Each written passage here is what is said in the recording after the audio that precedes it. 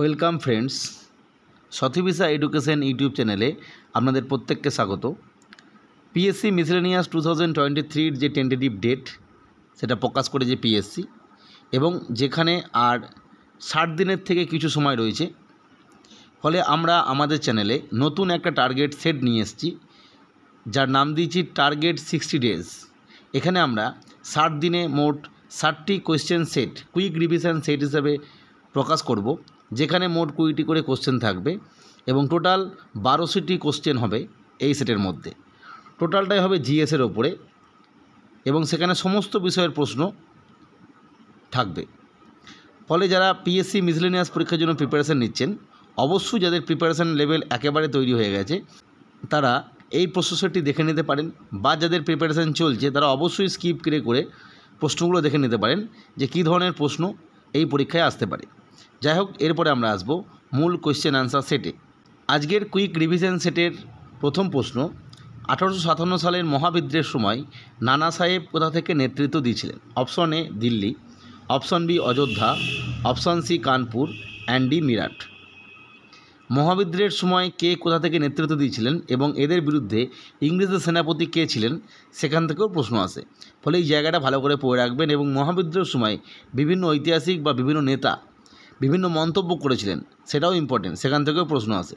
আর একটা জায়গা থেকে প্রশ্ন আসে এই চ্যাপ্টারটা থেকে, সেটা যে মহাবিদ্রোহের প্রভাব কোন কোন এলাকায় পড়েনি। আপনাকে জায়গার নাম দিয়ে বলতে পারে যে এর মধ্যে কোথায় মহাবিদ্রোহের প্রভাব পড়েনি, এরকমভাবে প্রশ্ন আসে।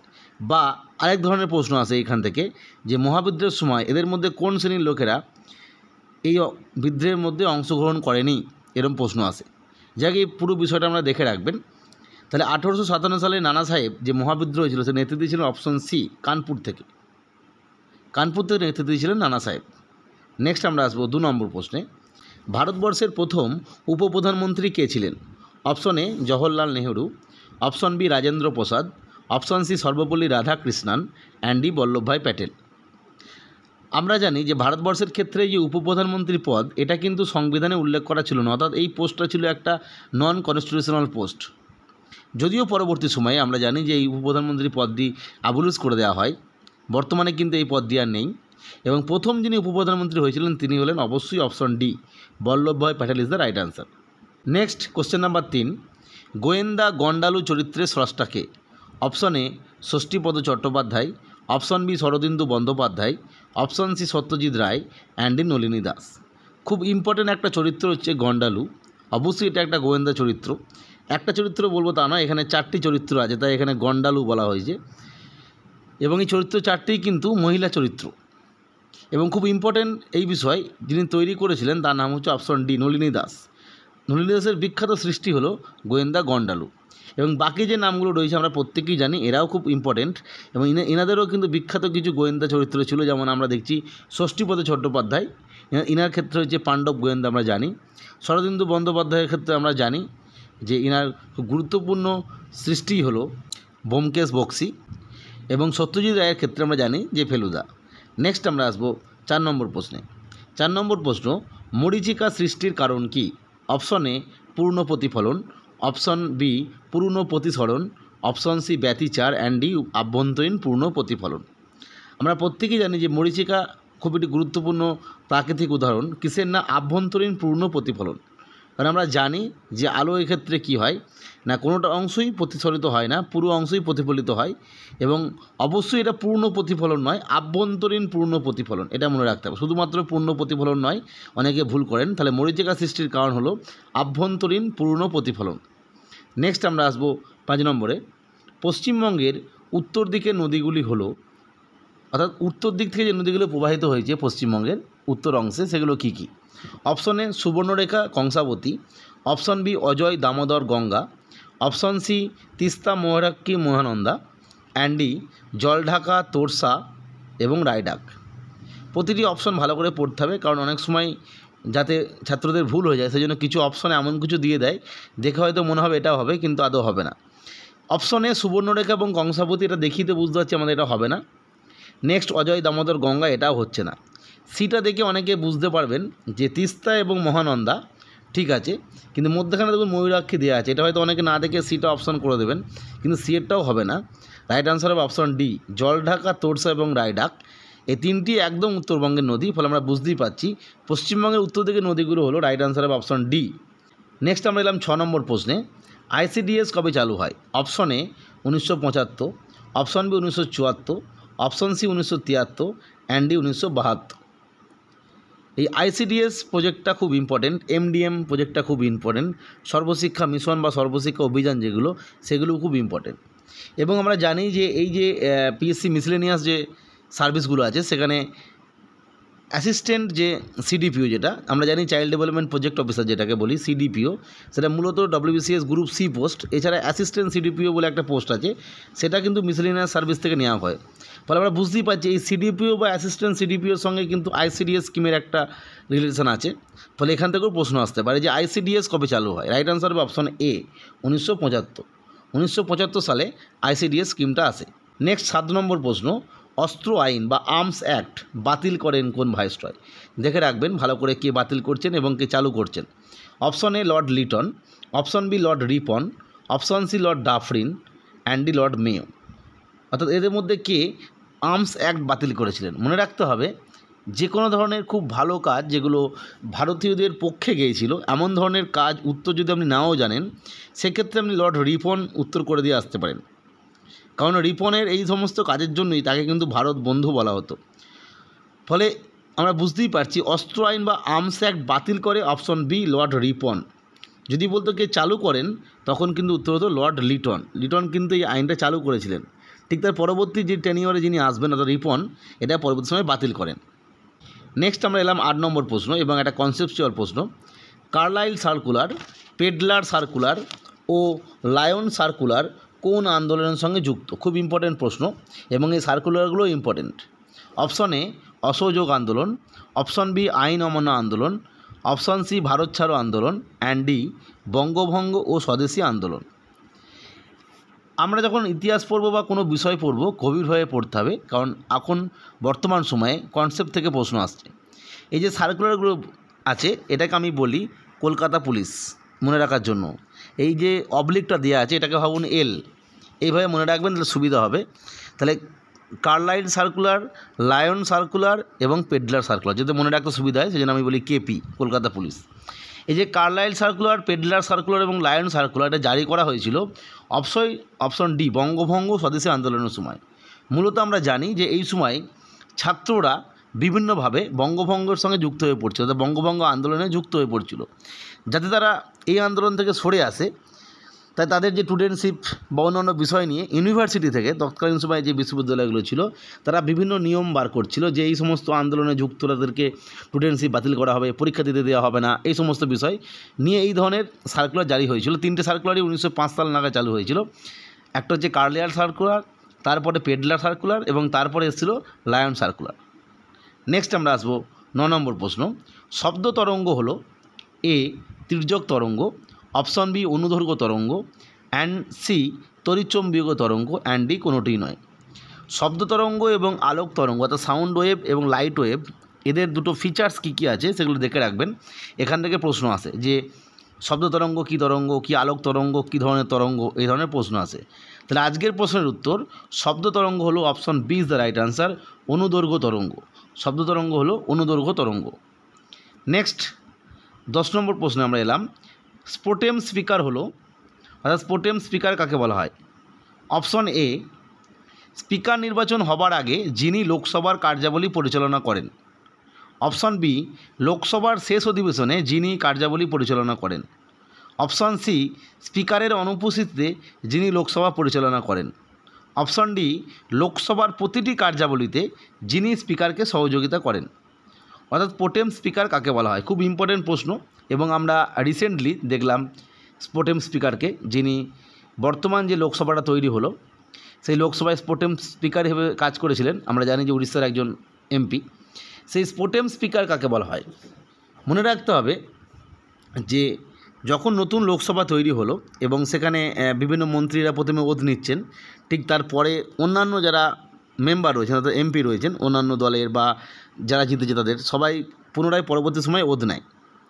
সে যে ওধ নিচ্ছেন সেই সময়ে যিনি কার্যাবলী পরিচালনা করছেন, অর্থাৎ স্পিকার নির্বাচন যতক্ষণ না হচ্ছে তার আগে যিনি লোকসভা পরিচালনা করছেন, চেয়ারটাকে বসছেন, তিনি হচ্ছেন প্রোটেম স্পিকার।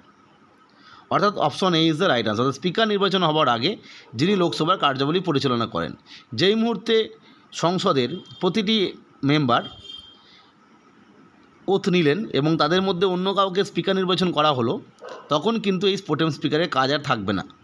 যেহেতু প্রথমের দিকে স্পিকার নেই, সেহেতু স্পিকারের জায়গায় কোনো একজন বয়োজ্যেষ্ঠ এমপিকে বা এই ধরনের কাউকে স্পিকার নির্বাচন করা হয়, তাকে বলা হয় প্রোটেম স্পিকার। 2 নম্বর যেটা বলেছিল অপশন বি, যে লোকসভার শেষ অধিবেশনে যিনি কার্যাবলী পরিচালনা করেন, অবশ্যই এটা ভুল। কারণ আমরা জানি লোকসভার শেষ অধিবেশনে স্পিকারই, মানে যিনি স্পিকার থাকেন আর কি, তিনিই পরিচালনা করেন। স্পিকারের অনুপস্থিত যিনি করেন তাকে আমরা জানি সেটা যে ডেপুটি স্পিকার। যদি ডেপুটি স্পিকার না থাকে সেক্ষেত্রে একটা প্যানেল থাকে, আমরা জানি তাদের মধ্যে থেকে কেউ একজন করেন, বয়োজ্যেষ্ঠ ব্যক্তি, এমপি। এবং লোকসভার প্রতিটি কার্যাবলীতে যিনি স্পিকারকে সহযোগিতা করেন না, এটাও কোনো মানে পলিটিক্যাল টার্ম নয়। ফলে আমরা বুঝতেই পারছি প্রোটেম স্পিকার হলো অবশ্যই স্পিকার নির্বাচন হওয়ার আগে যিনি লোকসভার কার্যাবলী পরিচালনা করেন। নেক্সট আমরা এলাম 11 নম্বর প্রশ্ন, কয়লা, পেট্রোলিয়াম এগুলো কিসের উদাহরণ? খুব ইম্পর্টেন্ট। অপশন এ জীবাশ্ম জ্বালানি, অর্থাৎ আমরা যেটা জানি যে ফসিল ফিউল। অ্যান্ডি তেজস্ক্রিয় জ্বালানি, অর্থাৎ রেডিও অ্যাক্টিভ ফিউলস। সি, এ এবং বি বোথ, এবং ডি কোনোটিই নয়। বুঝতেই পারছি যে কয়লা, পেট্রোলিয়াম এগুলো কোনোভাবেই তেজস্ক্রিয় বা রেডিও অ্যাক্টিভ নয়। যেহেতু বি নয় সেহেতু আমরা বুঝতেই পারছি অপশান সিও হবে না। এবং এর খুব কমন প্রশ্ন, এটা আমরা প্রত্যেকেই জানি যে কয়লা, পেট্রোলিয়াম হলো ফসিলস ফিউল, অর্থাৎ জীবাশ্ম জ্বালানি is the right answer, option A. Next এলাম 12 নম্বর, শ্রীনগর অশোক তৈরি করেছিলেন, কোথা থেকে জানা যায়? খুব ইম্পর্টেন্ট প্রশ্ন। Option A Rajatarangini, option B Mahabhashya, option C Buddhacharita, and D Arthashastra. এই 4টি বই এখানে যে লেখা আছে, 4টি বই খুব ইম্পর্টেন্ট এবং এই 4টি বইয়ের লেখককে সেখান থেকেও প্রশ্ন আসতে পারে। আমরা জানি যে রাজতরঙ্গিনী লেখা হচ্ছে কলহনের, মহাভাষ্য পাতঞ্জলি, বুদ্ধচরিত হচ্ছে অশ্বঘোষ এবং অর্থশাস্ত্র লেখা হচ্ছে কৌটিল্য। এবং এই যে অশোক শ্রীনগর তৈরি করেছিলেন এটা জানা যায় রাজতরঙ্গিনী থেকে, অর্থাৎ কলহনের লেখা রাজতরঙ্গিনী থেকে এটা জানা যায় যে অশোক শ্রীনগর তৈরি করেছিলেন। নেক্সট আমরা এলাম 13 নম্বর, ভারতবর্ষের কোন রাজ্যে প্রথম লোকায়ুক্ত নিয়োগ করা হয়েছিল? অর্থাৎ আমরা জানি যে লোকপাল এবং লোকায়ুক্ত খুব গুরুত্বপূর্ণ একটা কনসেপ্ট। লোকপাল হচ্ছে স্টেটের ক্ষেত্রে, মানে ইউনিয়নের ক্ষেত্রে, এবং লোকায়ুক্ত হচ্ছে যে স্টেটগুলো রয়েছে ভারতবর্ষের ক্ষেত্রে সেখানে। সেই লোকায়ুক্ত প্রথম কোন রাজ্য নিয়োগ করে? Option A Maharashtra, option B Bihar, option C Paschimbanga, and D Kerala. এটাও একটা জিএস বা স্ট্যাটিক জিকে বলতে পারেন, এবং এটা প্রত্যেকে জানেন যে লোকায়ুক্ত প্রথম নিয়োগ করেছিল অপশন এ মহারাষ্ট্র। মহারাষ্ট্রে প্রথম লোকায়ুক্ত নিয়োগ করা হয়। নেক্সট এলাম 14 নম্বর প্রশ্ন, যোগ জলপ্রপাত কোন নদীর তীরে অবস্থিত, অর্থাৎ কোন নদীর ওপরে অবস্থিত? Option A Godavari, option B Saraswati, option C Sharavati, and D Krishna. আমরা প্রত্যেকে জানি যে যোগ ফলস রয়েছে, কিন্তু অবশ্যই সরাবতী নদীর তীরে অবস্থিত, যেটা হচ্ছে কর্ণাটকে। অর্থাৎ কর্ণাটকে সরাবতী নদীর উপরে যোগ জলপ্রপাত অবস্থিত। নেক্সট আমরা এলাম 15 নম্বর, ক্যাবিনেট মিশন কত সালে ভারতে আসে? খুব important. Cabinet mission, August offer, Shimla plan এগুলো দেখে রাখবেন। তাহলে ক্যাবিনেট মিশন কত সালে ভারতে আসে? Option A 1944, option B 1945, option C 1946, and D 1947। আমরা প্রত্যেকে জানি যে লাস্টে এসেছিল ক্যাবিনেট মিশন এবং এটা এসেছিল 1946 সালে। ক্যাবিনেট মিশন ভারতে আসে 1946 সালে। নেক্সট 16 নম্বর প্রশ্ন, ভারতের অর্থনীতি অর্থাৎ ইন্ডিয়ান ইকোনমি কী ধরনের মূলত? অপশন এ ধনতান্ত্রিক অর্থাৎ ক্যাপিটালিস্টিক্স, মিশ্র অর্থনীতি, সমাজতান্ত্রিক অর্থনীতি, এবং ডি কোনোটিই নয়। আমি ইকোনমিক ক্লাসে বলেছিলাম যে বিভিন্ন দেশের যে অর্থনীতিগুলো বর্তমানে চলছে সেখানে ধনতান্ত্রিক বা সমাজতান্ত্রিক অর্থনীতি ডিরেক্ট একেবারে বলা সম্ভব নয়। বেশিরভাগ দেশের অর্থনীতি হচ্ছে বর্তমানে মিক্সড অর্থাৎ মিশ্র অর্থনীতি, কিন্তু কোনো একটি ঘেঁষা হয় ধনতান্ত্রিক ঘেঁষা বা সমাজতান্ত্রিক ঘেঁষা।